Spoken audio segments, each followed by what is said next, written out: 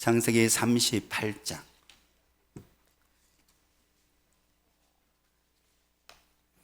창세기 38장 24절에서 30절 말씀이 주일 오늘 본문 말씀인데, 저는 이따가 30장 전체를 가지고 제가 말씀을 전하도록 할게요.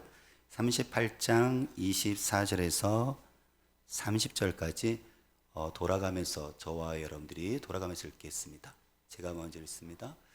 석 달쯤 후에 어떤 사람이 유다에게 일러 말하되 내 며느리 다말이 행음하였고 그 행음함으로 말미암아 임신하였느니라. 유다가 이르되 그를 끌어내어 불사르라.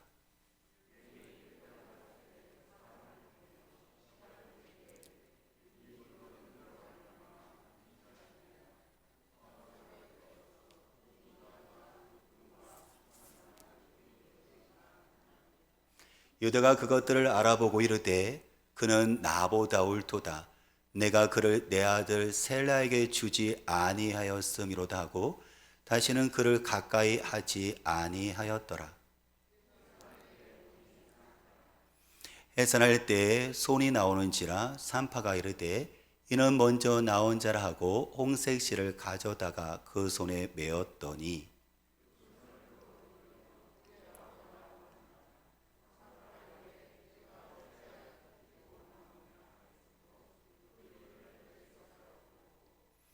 네, 같이요. 그의 형 곧 손에 홍색실 있는 자가 튀어나오니 그의 이름을 세라라 불렀더라. 아멘. 오늘 38장 이야기는 유다 가족의 이야기인데요, 유다 가족의 이야기로 듣지 마시고 이게 우리 가족의 이야기구나 라고 여러분들이 그렇게 들었으면 좋겠습니다.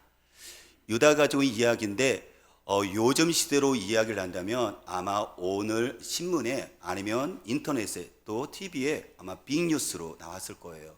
근데 그것은 좋은 소식이 아니라 이런 제목으로요, 불륜 기사가 떴을 거예요.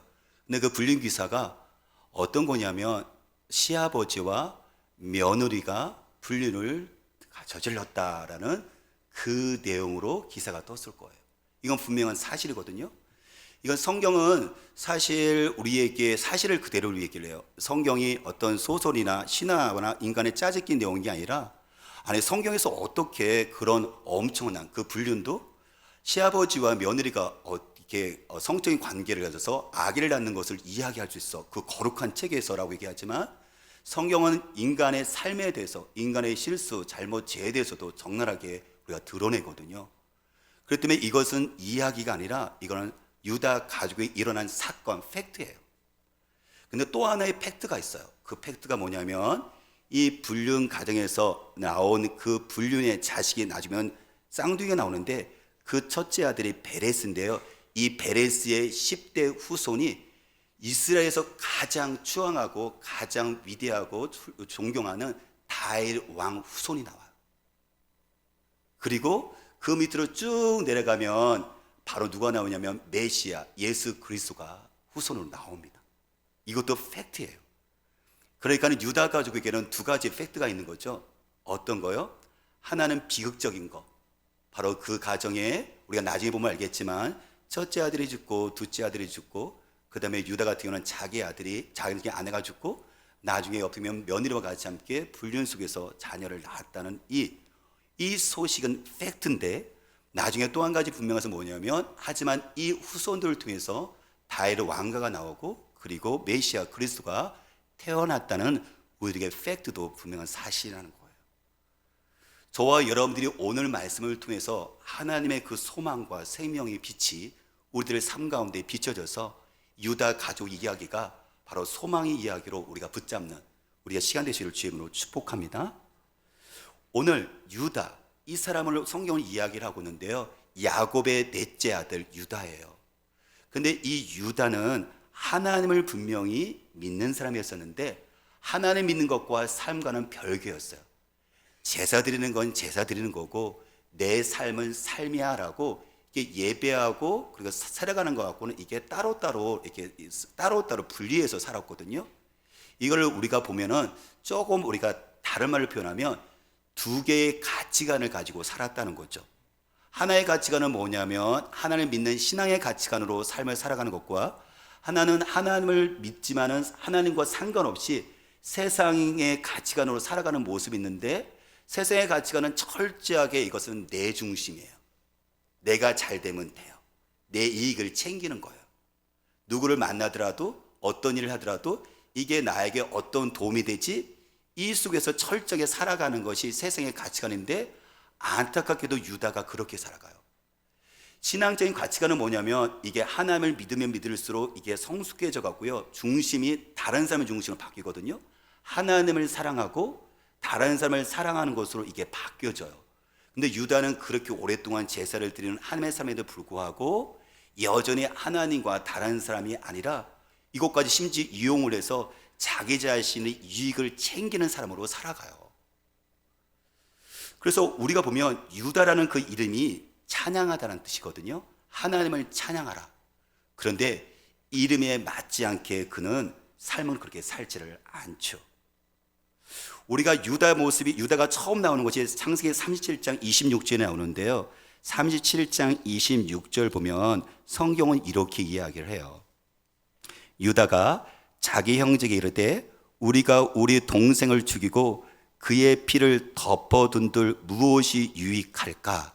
이것은 유다가 동생 야곱을 애굽 이집트로 넘어가는 상인들에게 팔도록 형제들을 설득하는 내용인데요, 지금 유다에게 있어서는 아버지가 야곱 혼자지만 어머니가 지금 4명이에요. 그런데 여기 나오는 요셉은 라헬이라는 아버지가 제일 사랑하는 어머니고, 그리고 그에게서 태어난 것이 요셉이었기 때문에 늘 아버지는 그 어머니만, 자기 어머니가 아니라 그 어머니만, 그 아들만 사랑했거든요. 그래서 평소에도 미워하는 마음이 있었죠. 그런 가운데 속에서 지금 형제들은 이 요셉을 죽이자라고 결정을 했었는데요, 근데 여기 나오는 이 유다가 제안을 해요. 우리가 죽이지 말자. 우리가 피 묻힐 필요가 뭐 있냐. 그러지 말고 상인들에게 팔면 은 20개를 받을 수 있으니까 그것이 더 유익하지 않냐? 괜히 죽여갖고 죄책감이나 찝찝하지, 뭔가 이렇게 불편하지 말고 그냥 깨끗하게 팔아 넘겨서 우리에게 20이라도 우리에게 유익하게 만들자라고 형제들을 설득해서 20에 팔은 사람이거든요. 물론 그것 때문에, 그 실리적인 여러분들 그 말 때문에 형제들 설득돼서 또한 요셉이 죽지 않고 애국으로 넘어가게 되었지만요, 이렇게 철저하게 어떻게 보면 극단적으로 동생을 팔아서까지도 이윤을 챙기려 했던 사람이었던 거예요. 그가 이제 오늘 1절과 2절 보면 결혼을 해요. 결혼을 하는데 집에서 형제가 있었잖아요. 이제 아버지 집을 떠나갖고 자기가 나와요. 나오면서 어디를 가느냐면 가나안 땅에 들어가서 거기서 친구를 사귀어요. 그래서 그 친구, 성경에 나오지 않지만 짐작하건대 그 친구의 소개로 한 여자하고 결혼하는데, 그것이 2절 말씀에 보니까는요 이렇게 이야기를 해요. 유다가 거기서 가나안 사람 수아라는 여자죠, 수아라는 자의 딸, 그렇죠, 그의 딸을 보고 그를 데리고 동침하니. 그러니까 여기 나오는 유다가 결혼을 할 때 있어서 조건은 뭐냐면 외모예요. 그 여자가 어떤 성격 그리고 어떤 사람이냐가 중요한 것이 아니라, 또 심지어 여기 나오는 유다 같은 경우는 하나님을 아는 사람, 믿는 사람이잖아요. 그래서 그의 아버지 이삭도, 그 다음에 그것도 할아버지, 그렇죠? 그의 아버지 야곱도, 할아버지 이삭도, 더 나아가서 증조 할아버지인 아브라함도 다 그들도 어떻게 하죠? 하나님을 믿는 사람과 결혼을 하고 애를 썼었거든요. 근데 여기 나오는 유다는 그거에 대해 전혀 신경 쓰지 않아요.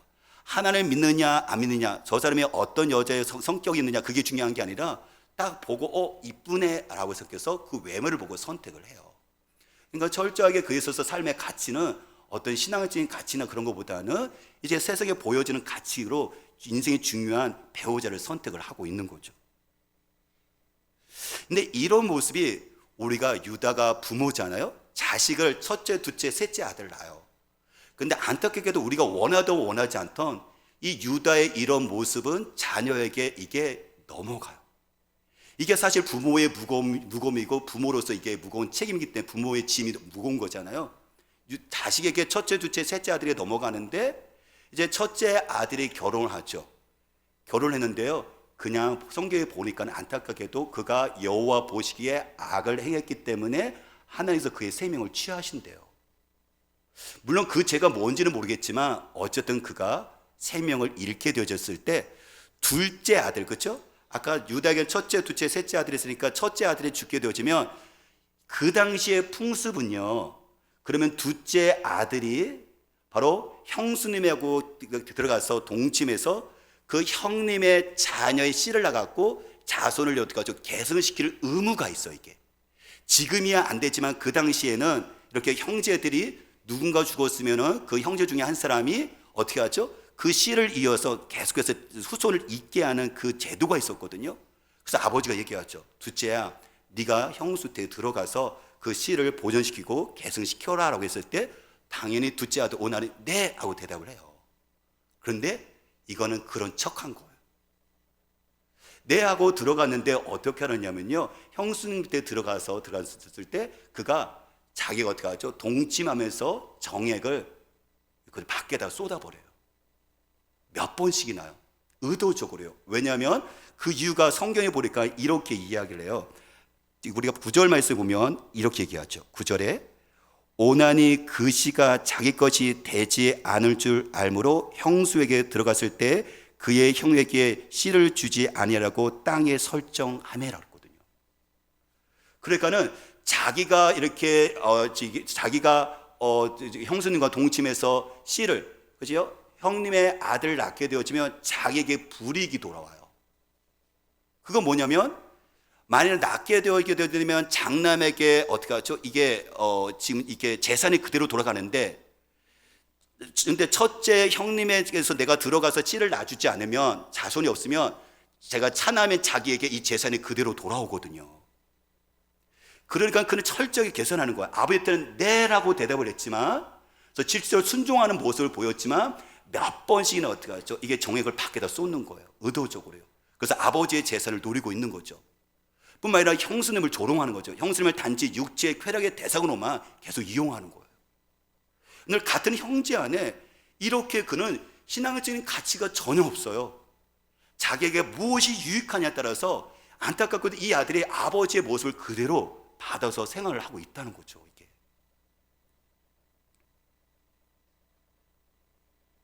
그랬더니 성경에 보니까는 하나님께서 그의 악함을 보시고 둘째 아들 오난도 생명을 취하십니다. 그러니까 첫째 아들, 둘째 아들 이런 거죠. 그랬더니 아버지 유다가 두려운 거예요. 셋째 아들 셀라가 또 이게 목숨을 잃을까봐 며느리가 다말인데요. 아까 첫째 아들 그죠? 죽었다 그랬잖아요. 그 며느리가 다말인데 그 다말이 며느리를 불러서 이렇게 얘기해요. 네가 친정으로 돌아가 있어라.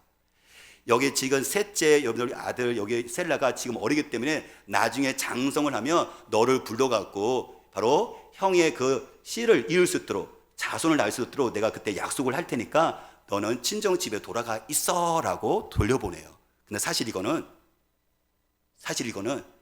약속을 지킬 생각이 없었어요.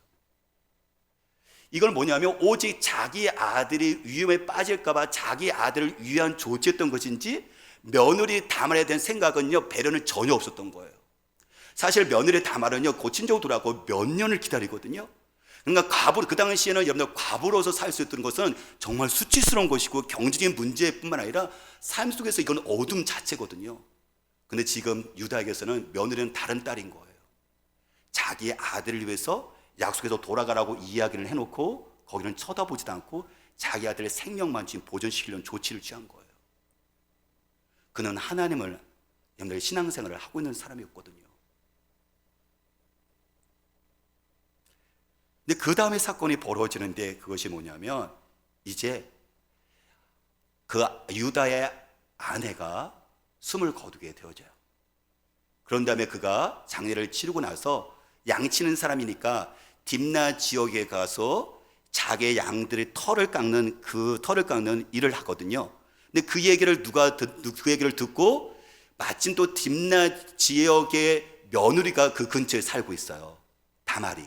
그랬더니 거기에 와서 한 사람이 얘기하는 거죠. 네 시아버지가 지금 이 지역에 와서 털을 깎으러 온대 라고 그 얘기를 듣고 다말이 결심을 해요. 무슨 결심이요? 아니, 내가 지금까지 오랫동안 기다렸는데 시아버지가 약속을 안 지켜서 내 씨를 계승시켜 주지를 않네. 그래서 자기가 창녀로 변신을 해요. 얼굴을 알지 못하게 어떻게 천으로 가리고요, 시아버지가 털을 깎으러 가는 그 장소 길거리에서요, 고급 창녀의 모습으로 그는 기다리고 있습니다. 그랬더니 시아버지가 지나가다가, 물론 자기 며느리인지 모르고요, 창녀라고 생각을 해서 먼저 스스로 다가와서 동침하자라고 제안을 해요. 근데 그는 하나님을 믿는 사람이에요. 물론 그렇게 생각할 수 있어요. 이제 첫째 아들 죽고 둘째 아들 죽고 너무 괴로웠었고, 심지어 자기 그 배우자 있었던 배우자는 아내가 죽게 되니까 그 허전함, 이 우울함, 외로움, 그죠? 그거를 달래기 위해서 내가 창녀에게 가서 육체의 쾌락으로 이 허전함을 위로해보고 싶었어 라고 이야기를 할 수 있지 모르겠지만, 분명한 것은 간음이거든요. 이 사람은 하나님 믿는 사람이거든요. 근데 그 순간에 그는 하나님을 의식하는 게 중요하지 않아요. 내 자신의 우울함과 허전함을 채우는 것, 그것이 범죄라 할지라도 이것을 내가 이 쾌락으로 이것을 허전함을 지우는 것, 이게 더 중요하지 하나님의 시각과 하나님의 의식에서 제 의식이 중요한 게 아니에요. 근데 이게 하나님의 살아가는 사람들의 모습이에요. 우리의 모습이라는 거예요.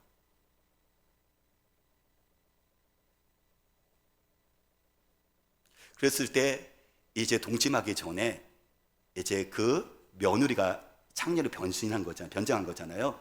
나한테 화대를 주세요 했을 때니 유다, 자기 시아버지가 알지 못하죠, 그렇죠? 창녀인지가 아닌 거니 아니까, 나에게 지금 화대가 없는데 그러면 당신이 갖고 있는 도장과 도장의 끈, 그리고 지팡이, 이거는 그때 목축할 때는 지팡이가 필요하잖아요. 그 세 개를 나에게 담보물로 주세요. 그리고 나중에 저에게 당신의 화대, 그 화대가 뭐냐면 이게 염소 한 마리를, 새끼 한 마리를 주는 거거든요. 그때 이거 바꿨으면 좋겠어요 라고 동침을 해요. 그래서 유다는 돌아와서 자기 그 친한 친구에게 염소 한 마리 새끼를 그 창녀가 있었던 곳으로 보내면서 이것을 주고 그 도장과 도장의 끈과 그리고 지팡이를 찾아오라고 얘기를 하거든요. 근데 못 찾는 거예요. 동네 사람한테 물어봤죠. 혹시 이 지역에 창녀가 혹시 있는 사람이 있나요? 그랬더니 우리 지역에는 창녀가 하나도 없습니다. 그래서 친구가 찾다가 못 찾아가고 유다한테 와서 얘기를 해요. 그랬더니 유다가 오히려 더 소문 날까 봐 그냥 덮자라고 이야기를 하죠. 근데 거기는 그 도장과 도장의 끈은 집문서처럼 중요하거든요. 왜냐면 도장 엄청 중요하잖아요. 인감 도장 성격이니까. 그래서 그걸 잊어버리지 않게 끈으로 이렇게 묶어서 이렇게 목에다 매잖아요. 그거를 여러분들 담보물로 맡겼는 건데 이걸 못 찾은 거예요. 당연히 그 여자 다말은 어떻게 했을까요? 다시 창녀복을 벗고 과부의 모습으로 옛날로 돌아갔죠. 근데 사건은 언제 벌어지느냐면 이게 3개월 후예요. 어떤 사람이 와갖고 유다에게 얘기합니다. 당신 며느리 다말이 임신했어. 깜짝 놀라죠. 아니, 내가 지금 저기 가서 있으라고 했는데 근데 지금 임신했다는 얘기는 뭐냐면 누군가 남자와 같이 함께 동침해서 지금 임신한 거 아니에요. 그러니까 이건 간음이죠. 근데 유다는 자기와 동침한 걸 몰라요. 단지 자기는 창녀하고 동침했다고 생각하고 그 창녀가 다말 며느리라는 사실을 모르니까 화가 났어요. 화가 나갖고 그가 뭐라고 이야기하냐면 성경에 이렇게 이야기를 해요. 그의 반응을 한번 보세요. 우리 24절 한번 볼까요?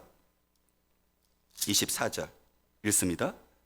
석 달쯤 후에 어떤 사람이 유다에게 이르러 말하되 내 며느리 다말이 행음하였고 그 행함으로 말미암아 임신하였느니라. 유다가 이래 그를 끌어내어 불사르라. 그 당시에 이게 가능했어. 끌어내서 당장 불사르. 뭐죠?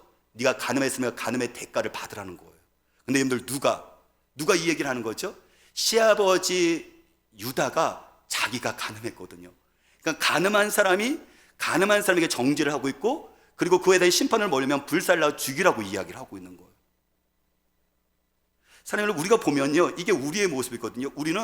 우리들 자신의 그 잘못에 대해서는 엄청 관대해요. 근데 다른 사람의 잘못에 대해서는요, 우리가 얼마나 혹독한지, 이 쟤는 자가 달라요. 내가 다는 잘에 대해서는 이것에 대해서 아주 작게 되지만 상대방의 그 잘못은 동일할지라도 엄청 크게 되는 것이 인간의 본능이거든요, 이게요. 근데 유다가 지금 그렇게 하고 있어요. 이 사람은 하나님을 믿는 사람이에요. 그런데 지금 뭐냐면 자기 며느리가 이민한테 그 소리 듣고 당장 정죄하면서 심판하죠. 재판관으로 돌아섰죠. 불살려 죽이라고요. 자기가 죄를 졌음에도 불구하고 말입니다. 이게 우리 모습이에요.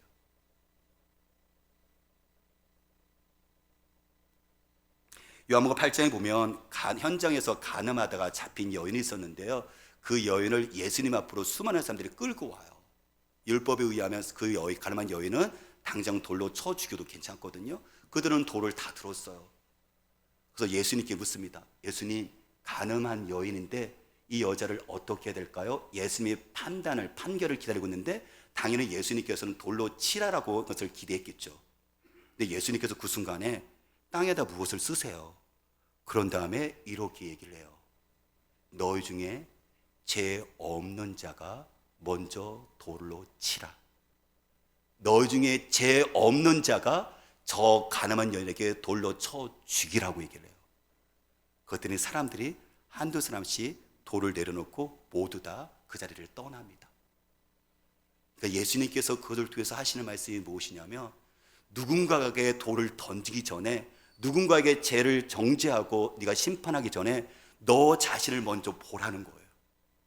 너 자신을 먼저 살피라고 얘기하는 거예요. 그러면 너 안에는 그 죄가 없느냐는 거죠. 네 안에는 정결하느냐는 거죠. 네가 돌을 정돌 정도로 그런 자격이 있느냐는 거죠. 그러면 자격 있는 자는 돌을 던지는 얘기를 했을 때 그들이 다 내려놨다는 것은 그 예수의 말씀에 찔을 받아서 그들은 던질 수가 없었고 나도 죄의 모습이 있구나 생각하고 깨닫고 그들 돌아간 거거든요. 우리도 돌을 들죠. 근데 그 돌을 어디다 던지려고 생각합니까? 남편에게요. 우리도 돌을 들죠. 누구에게 던지려고요? 아내에게요. 우리도 돌을 들죠. 누구에게요? 그야말로 사랑이라고 얘기하는 성도에게 여러분들 돌을 던지려고 우리는 돌을 들죠. 그 사람이 그 죄를 범했다고요. 그런데 오늘 주님께서 말씀하시는 것은 뭔지 아세요? 그러면 너는 그 죄가 없냐는 거죠. 단지 이것이 발각되느냐 감춰졌냐 그 차이가 뿐이지 지금 유다는 왜 당당하게 그렇게 얘기한지 아세요? 왜 며느리에게 돌을 던지라고 하는지 아세요? 며느리는 그게 어떻게 하죠? 발각됐거든요. 임신해서. 근데 본인은 어떻게 하죠? 그게 숨겨졌다고 생각을 하거든요. 그렇기 때문에 숨겨진 죄인이 발각된 죄인에게 지금 돌을 던지려고 지금 하고 있는 거예요. 그런데 예수님께서 하신 말씀은 뭐냐면 아니다, 숨겨질 뿐만 아니라 너도 그 죄를 범하지 않았냐라고, 그렇기 때문에 너도 먼저 살피라고 얘기하시는 거예요. 정죄하는 사람은 그 정죄를 받아요. 돌을 던지는 사람은 그 돌을 그대로 자기가 받습니다. 그것이 성경 25절 말씀에 나오는데요. 25절 성경 이렇게 얘기하죠. 여인이 끌려나갈 때 사람을 보내어 시아버지에게 이르되 이 물건 임자로 말미암아 임신하였나이다. 청하건대 보소서 이 도장과 그 끈과 지팡이가 누구의 것이니까 한지라. 이제 사람들이 와서 이 며느리를 꺼집어내서 이제 불에 살서 죽이려고 했었을 때 며느리 다말이요, 자기가 갖고 있는 시아버지 담보물 있잖아요, 그렇죠? 그거를 그 사람에게 주어서 시아버지에게 갖다 주라고 얘기해요. 근데 그게 뭐였었죠? 도장과 끈과 그리고 이 지팡이잖아요. 그걸 보고 이제 시아버지는 알죠. 이게 며느리가 갖고 있는 것이 창녀라고 생각했는데 며느리였네? 그리고 내가 간음했네? 라는 걸 알죠. 그러면 여러분들 지금 다 유다가 정죄했었던 그 정죄가 자기가 정죄에 당하는 거예요. 또 유다 그렇다면 그러면 그 죄로 심판으로 그럼 불절로 죽으라고 했다면 지금 누가 불절로서 죽어야 되는 거죠? 그 간음했었던 유다도 그 자기가 정죄했었던 그 심판에 따라 자기도 불질러서 자기도 죽어야 되는 거예요. 여러분들 정죄를 하게 되어지면 어떻게 하죠? 드러내지 않는 숨겨진 그 죄인이 드러낸 사람들이 정죄하게 되어지면 그 정죄가 반드시 나에게 돌아와요. 그리고 반드시 어떻게 하죠? 나도 같이 한 게 돌을 맞아요. 왜냐하면 우리 모두는 다 죄인이기 때문에. 우리 모두는 다 연약한 사람이거든요. 단지 드러나느냐 숨겨졌느냐 그 차이뿐인 거지 우리는 매일 쓰러지거든요. 우리는 매일 어떻게 하죠? 말과 행동과 생각 속에 여러분들 이 날마다 넘어져서 하루하루를 여러분들 일어서기가 버거운 것이 인간 존재 자체거든요. 근데 우리는 벌레덩어리고 잿덩어리예요. 그 때문에 오직 하나님의 국률만 있어야지만이 내 자신과 가정과 그리고 이 땅 가운데 속에서 하나님의 평안을 누릴 수가 있거든요. 여기서 중요한 것이 26절 말씀인데요. 26절에 이제 이렇게 이야기를 해요. 26절 같이 읽어볼까요? 유다가 그것들을 알아보고 이르되 그는 나보다 옳도다. 내가 그를 내 아들 셀라에게 주지 아니하였음이로다 하고 다시는 그를 가까이 하지 아니하였더라. 그 다음 부분을 보면서 유다가 깨달은 거예요. 내가 간음했구나. 내가 며느리에게 불륜을 저질렀구나 하면서 뭐라고 얘기했냐면 나보다도 며느라 네가 옳다. 네가 네 죄는 없다. 내 잘못 때문에 그렇다. 내가 막내 아들 셀라를 장성하면 너에게 주어서 봐서 여러분들 그 바로 그 남편의 씨를 잊게가 약속했는데 내가 그것을 지키지 못한 말미암아 네가 이런 죄를 진 것이다. 그렇기 때문에 그것은 내가 잘못한 것이다. 며느라 네 잘못이 아니라고 그가 그렇게 이야기를 해요. 방금 전까지만 하더라도 며느리 죄라고 해서 죽이겠다고 했던 그 유다가 이제 어떻게 바뀌어졌냐면 이거는 네 죄가 아니다. 내 죄라고 얘기하면서 그에게 어떻게 하죠? 용서를 구하는 이 모습으로 바뀐 것을 볼 수가 있어요. 그런데 이게 소망이에요. 여기서부터 소망의 씨앗이 심겨지는 거예요. 바로 사실 그 순간에 시아버지 유다는 부인할 수 있거든요. 나 너 몰라. 왜냐면 부끄럽잖아. 이거 공개도 드러나게 되잖아요. 그러니까 이 부끄러움을 감추려고 며느라 내가 그렇게 하지 않았어. 그렇게 부인했다면 나 몰라 라고 얘기했다면 그리고 담보물로 사람들이 가져왔었을 때 그걸 어떻게 하죠? 감춰버렸고 나 모른다고 부인해버렸다면 며느리는 평생 동안 어떻게 하죠? 이미 수치 속에 살아가게 되는 거죠. 그는 부인하지 않아요. 변명할 수 있겠죠. 내가 그때는 어쩔 수 없었어. 아내가 죽은다면 너무 울적해서 나에게 있어서 외로움을 달랠 필요가 있었어. 그래서 네가 며느리인지 누가 알았겠냐? 나는 창년지 알았거든 라고 변명할 수도 있었어요. 근데 유다는 변명하지도 않고 부인하지도 않고 아주 솔직하고 정직하게 자기 연약함을 얘기해요. 이거는 며느라 내 잘못이다. 이건 내가 잘못한 것이다. 너는 잘못이 없다 라고 이야기를 해요. 사실 가정의 회복은요, 교회의 회복은요, 우리 삶 가운데 회복은요, 물론 여러분들 가해자가 있어요. 그 가해자가 있거든요. 가해자 때문에 내가 피해를 입었어요. 그래서 우리는 얘기하죠. 가해자 때문에 저 사람 때문에 내가 잘못했다고. 분명히 맞아요. 근데 분명해서 뭔지 아세요?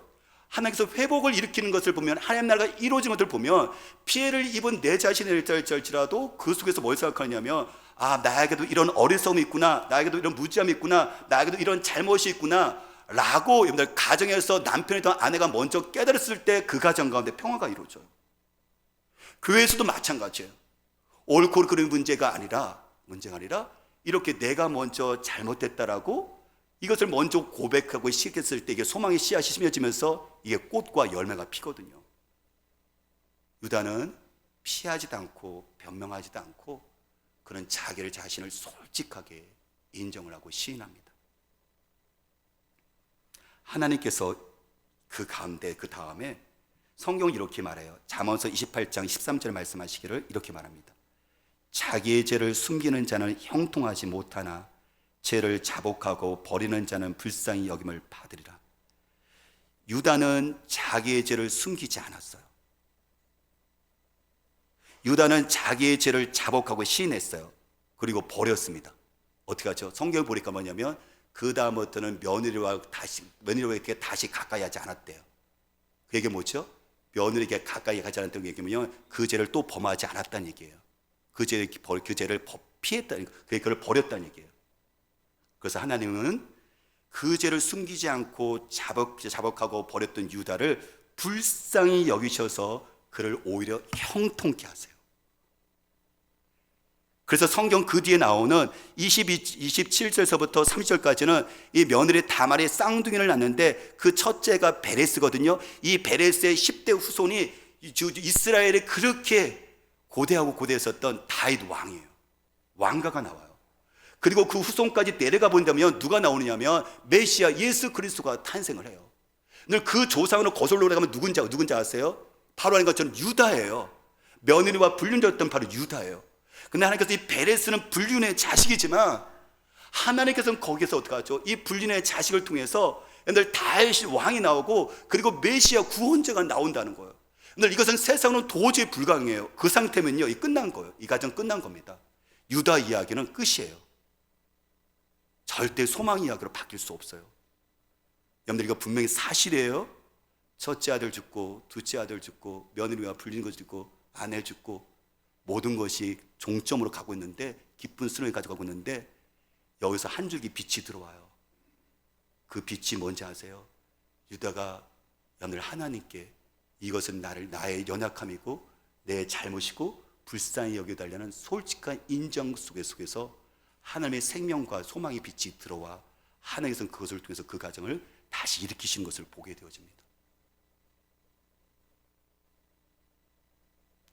사랑하는 여러분, 오늘 주님께서 말씀하십니다.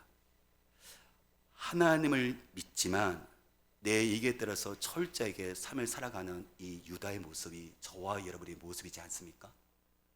하나님께 예배드리는 것 정말 중요하지만 막상 삶으로 돌아가게 된다면 내 자신의 계산을 해서 나에게 어떤 유익이 있는가에 따라서 하나님과 상관없이 나의 삶을 살아가는 것이 우리의 유다의 모습이 우리에게도 있지 않습니까? 근데 그렇게 되어진다면 우리 유다의 가정 가운데 삶의 혼돈과 이게 공허감이 있어요. 그 가운데 이걸 다시 회복할 수 있는 것은 무엇이냐면 바로 하나님의 긍휼하심과 유다가 솔직하게 하나님 앞에 하나님, 내가 이렇게 연약해서 나를 불쌍히 여기달라는 긍휼히 여기는 그 간절함입니다. 이것을 준비하면서 제가 한 가지 복음송이 생각나는데요, 이거는 유다의 심정과 우리의 심정을 너무 잘 나타내는 곡입니다. 주여, 우린 연약합니다. 우린 오늘을 힘겨워합니다. 주 뜻 이루며 살기에 부족합니다. 우린 연약합니다. 주여, 우린 넘어집니다. 오늘 하루도 실수합니다. 주의 공의를 구하는 죄인입니다. 우린 주만 바라옵니다. 한없는 주님의 은혜 온 세상 위에 넘칩니다. 우리 가정에 하나님의 긍휼하심을, 은혜를 부어주셨지만 이 어둠 속에서 이 빛으로 나갈 수 있으니 도와달라는 이 긍휼이 바로 유다의 가정을 회복했고 우리 가정을 회복할 수가 있습니다. 우리 같이 함께 찬양 드릴게요.